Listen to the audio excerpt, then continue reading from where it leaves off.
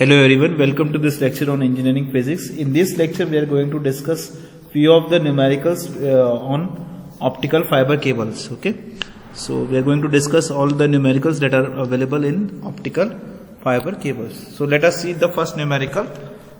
Suppose that we have been asked to find the numerical aperture and acceptance angles of a optical fiber with a core index of 1.54 and a cladding refractive index of 1.50. So basically again जैसे कि मैंने आप लोगों को पहले भी कहा था कि whenever you approach a numerical, जब भी आप किसी numerical को अप्रोच करते हो सबसे पहले आप ये देखो कि वो किस टॉपिक से रिलेटेड है. ओके, सो जहां पे भी हमें जो न्यूमेरिकल अपर्चर पूछा है कोर क्लैडिंग, इसका मतलब फाइबर ऑप्टिक्स से रिलेटेड ये न्यूमेरिकल है. Again now see what is asked in the question. We have been asked numerical aperture is been asked and acceptance angle भी is asked. So you know what is the formula of numerical aperture is actually the sin I max. Okay, numerical aperture is that means you have to calculate sin I max, which is equal to root of refractive index of core ka square minus refractive index of cladding square. Okay, and the acceptance angle is always remember is nothing but your I max. That is the sine inverse of numerical aperture will give you acceptance angle. Okay, तो यहाँ पे मुझे क्या क्या given दिया हुआ है. I have been given with refractive index of core as 1.54 and refractive index of cladding is given as 1.50. Okay, so to calculate numerical aperture I will just substitute these values onto the formula that has been described above. Okay, so sin I max will be equal to root of refractive index of core कितना दिया है 1.54 दिया है उसका square minus refractive index of cladding is given as 1.50 का square. Okay, so when you calculate this numerical aperture shall come out to be 0.349. Okay, this will be your numerical aperture. So numerical aperture we have calculated as 0.349. Okay, now we'll calculate the acceptance angle, that is calculated by I max will be equal to sine inverse of numerical aperture. So numerical aperture already you have calculated, just substitute over here sine inverse of 0.349 and this will come out to be 20.4 degrees. So from the formula we have calculated the numerical aperture as the acceptance angle as I max is equal to 20.4 degrees. Okay, so I max is equal to 20.4 degrees. Okay, so hence whatever asked the numerical is numerical aperture and acceptance angle पूछा था हमने दोनों को calculate कर लिया है. Okay, now let's go to the next question. Now suppose we have been given the question as determine the numerical aperture of a step index fiber, okay, having the core refractive index of 1.5 and cladding refractive index of 1.48. Find the maximum angle for the entrance of light if the fiber is placed in air. Okay, so यहाँ पे again I have been given with refractive index of core मुझे यहाँ पे दिया हुआ है, refractive index of cladding दिया हुआ है. जैसा कि मैंने स्टार्टिंग से आपको कहा था कि किस तरह से आपको क्वेश्चन का अप्रोच करना है. See which topic it is from the topic of fibre optics. Then fibre optics what is asked in the question, it is asked numerical aperture you have to calculate and maximum angle of entrance if the light fibre is placed in the air. Okay, that means we have to take n naught is equal to 1. Okay, so how will you write down the refractive index? We know that the refractive index of core is n core given in the question as 1.5 and n cladding is given as 1.48. So again you know the formula already described in previous question, root of n core square minus n cladding square. Okay, this will come out to be root of 1.5 square minus 1.48 का square. So this value will come out to be 0.29. Okay. Again, you know Imax can be calculated as sine inverse of 0.29, that is equal to 14.13 degrees. Okay. So you get the numerical aperture as equal to 0.29 and Imax is equal to 14.13 degrees. Okay. Now next question is calculate the refractive index of a core and cladding material of an optical fiber if the numerical aperture is 0.22 and the relative refractive index difference is 0.012. तो again मुझे पहले analyse करना है कि विच topic it is, optical fibre it is. Okay, then we have to see what are the terms that has already been given in the question. We have been given with numerical aperture is given and we have been given relative refractive index. Okay, so ध्यान रखना आप लोग जब भी relative refractive index दिया हो या फिर fractional refractive index दिया हो, that means we have been given delta. So मेरे पास में delta है, मेरे पास में numerical aperture है. So कौन सा फॉर्मूला है जो उन दोनों को relate करता है वो हमें सोचना है. So numerical aperture is equal to, हमने डिराइव किया हुआ है फॉर्मूला ऑलरेडी, तो n core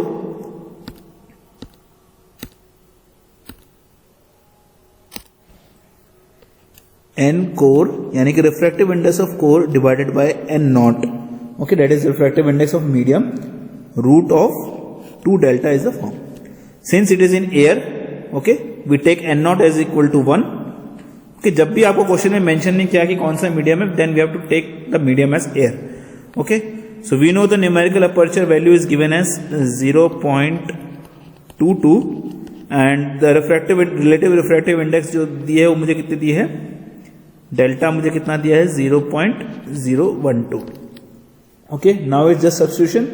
you have to calculate the refractive index of core and cladding. Okay, so first let's calculate the core as it is directly evident from the formula. तो directly फॉर्मूले से मुझे n core तो मिल ही जाएगा कि because n core क्या है मेरा, रूट ऑफ 2 डेल्टा. तो यहाँ पे n कोर क्या हो जाएगा, बिकॉज आई नो, मुझे पता है कि न्यूमेरिकल अपर्चर क्या है, कितना दिया हुआ है, मुझे पता है कि डेल्टा कितना दिया हुआ है. So I can easily calculate by substituting. So numerical aperture मुझे दिया है 0.22 divided by root of 2 delta. Delta is given है 0.012. ओके, सो ये वैल्यू जो आएगी वो कितनी आएगी मेरी, ये आएगी मेरी 1.42. So you can see the refractive index of core is 1.42. अब क्लैडिंग का रिफ्रैक्टिव इंडेक्स कैलकुलेट करने के लिए we have to see the formula for fractional change in the refractive index और relative refractive index, that is n core minus n cladding divided by n core. ठीक है, so n core is nothing but हमको दिया है 1.42 minus N2 divided by 1.42. Delta हमें already मालूम है, delta is how much, 0.012.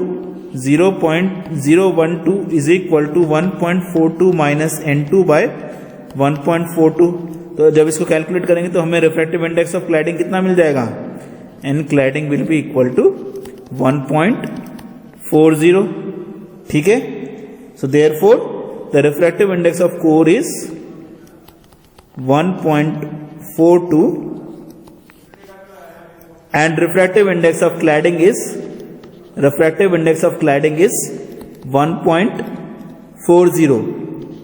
ठीक है, तो ये हमें जो चाहिए था हमने यहाँ पे कैलकुलेट कर लिया. रिफ्रैक्टिव इंडेक्स ऑफ कोर मिल गया, हमें रिफ्रैक्टिव इंडेक्स ऑफ क्लैडिंग मिल गया. Hence the refractive index of core is 1.42 and refractive index of cladding is 1.40. So now let's see the next question. Now suppose you have to calculate the maximum angle of acceptance and light gathering power of 2 fibre characterized by core and cladding indexes of N1 and N2. Basically हमें यहाँ पे compare करना है, हमें इसे find नहीं करना, इसमें कंपेयर करना है. ठीक है, तो we already know the formulas. We have been given two core and cladding indexes दिए हुए मेरे को, एक में N1 मेरा 1.6 है, एक में मेरा N2 मेरा 1.5 है, दूसरे वाले फाइबर ऑप्टिक है इसमें N1 मेरा 2.1 है और N2 मेरा कितना है 0.5 है। तो बेसिकली मुझे इसमें क्या करना है, मुझे इन दोनों को कंपेयर करना है। तो कंपेयर करने के लिए मैं क्या चीजें कैलकुलेट करूंगा, I will calculate the maximum angle और the numerical aperture. So as you all know, for fibre A, tell me what is the refractive index of N1? N1 is given as 1.6, that is refractive index of core is given as 1.6, and N2 is the refractive index of cladding, that is given as 1.5. So as you all know, numerical aperture can be calculated as root of N1 square minus N2 square. Okay, since the medium over here we are considering as air, so we'll take N0 as 1, so N1 square minus N2 square हो जाएगा, so 1.6 square minus 1.5 square, so this value will come out to be 0.557. ठीक है। अब fibre B की बात करें हम, for fibre B what we have N1 is equal to 2.1, refractive index of core is 2.1 and refractive index of cladding is 1.5. ठीक है, तो हम न्यूमेरिकल अपर्चर इससे कैलकुलेट कर सकते हैं, NA will be equal to root of N1 square minus N2 square. so ये इसको रूट करेंगे तो क्या आएगा, root of 2.1 square minus 1.5 square. So this value will come out to be how much, 1.47. अब मुझे क्या कहे, कंपेयर करने के लिए बोला। देखो ध्यान दो, न्यूमेरिकल अपर्चर होता क्या है, साइन आई मैक्सिमम, राइट। लेकिन अगर ध्यान से देखें तो sine i maximum, sine maximum value तो 1 ही ले सकता है, 1 से ऊपर की वैल्यू ले ही नहीं सकता। तो इसका मतलब क्या मेरा रिफ्रैक्टिव इंडेक्स, क्या मेरा ये एंगल एक्सेप्टेबल है? No, because for any value of i max sine can not be more than 1. So I can write down there is no acceptance angle, there is no acceptance angle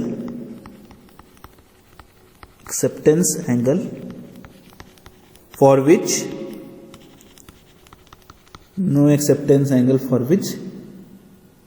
TIR in the core shall take place.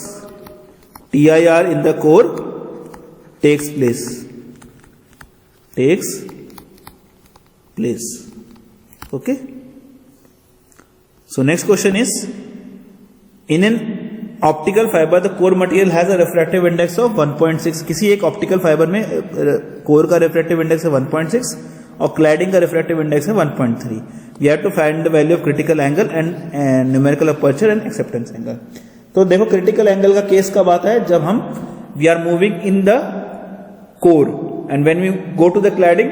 Okay, जब हम core से cladding में जाते हैं तो हम क्या होता है, हम एक मीडियम से दूसरे मीडियम में जा रहे हैं. तो स्नेल्स लॉ के अकॉर्डिंग क्या होगा, sine i by sine r होगा. तो theta will be equal to sine i by sine r. Sine i by sine r will be equal to how much, N2 by N1, या फिर हम कह सकते हैं N cladding by N core.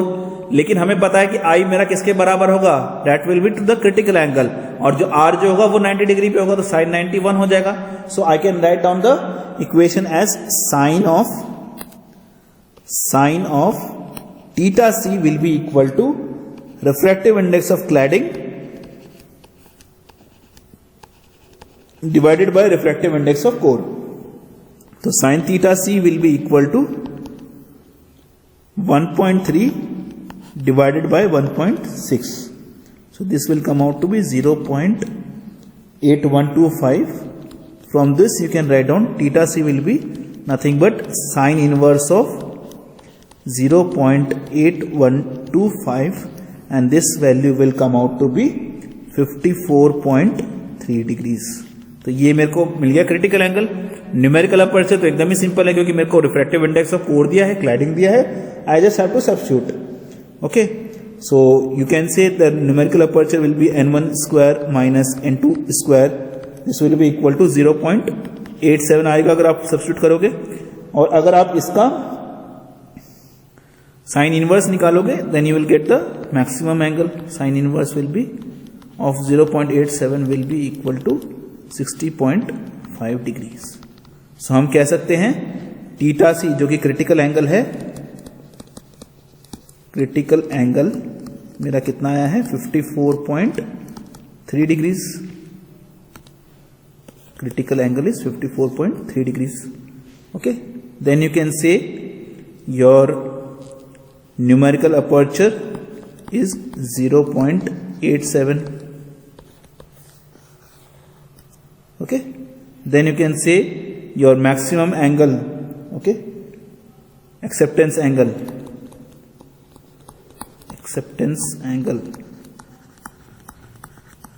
that is equal to 60.5 degrees.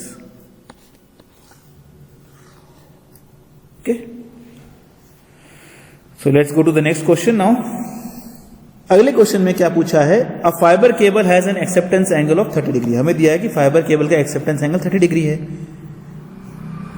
ठीक है, and core index of 1.4. Calculate the reflective index of cladding बोला है.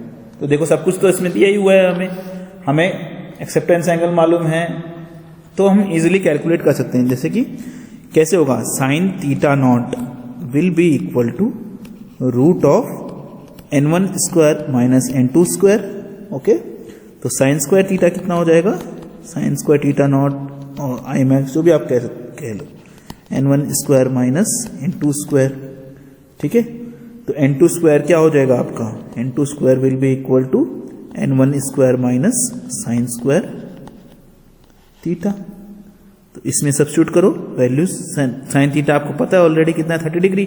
30 साइन 30 कितना होता है 1/2, तो 1/2 का स्क्वायर हो जाएगा. ओके, और n1 कितना दिया हुआ है मुझे 1.4 दिया हुआ है, स्क्वायर हो जाएगा, n2 स्क्वायर हो जाएगा. तो इससे हम जब कैलकुलेट करेंगे तो हमारा रिफ्रैक्टिव इंडेक्स ऑफ क्लैडिंग कितना आएगा, n2 will be equal to 1.308. ठीक है, so next question right on. Next question let's see कि हमारे पास में दो वेव ट्रेन्स दिए हैं. ओके, we have two wave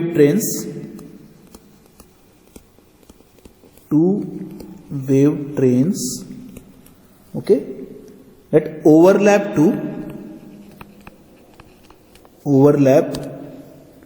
to 29% of their length,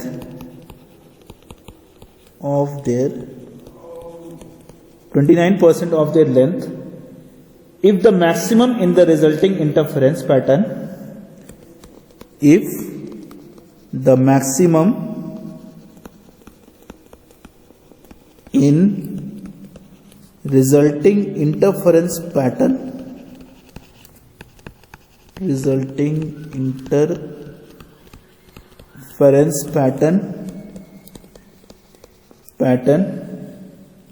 receive 20 units of light, receive 20 units of light, how much do the minima is received? How much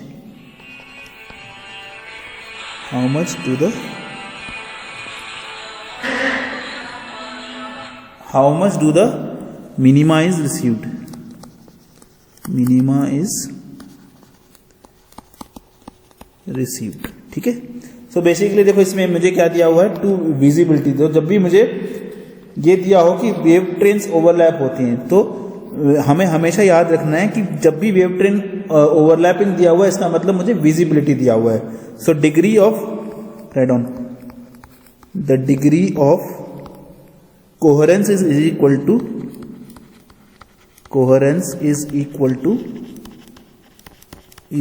to overlapping of wave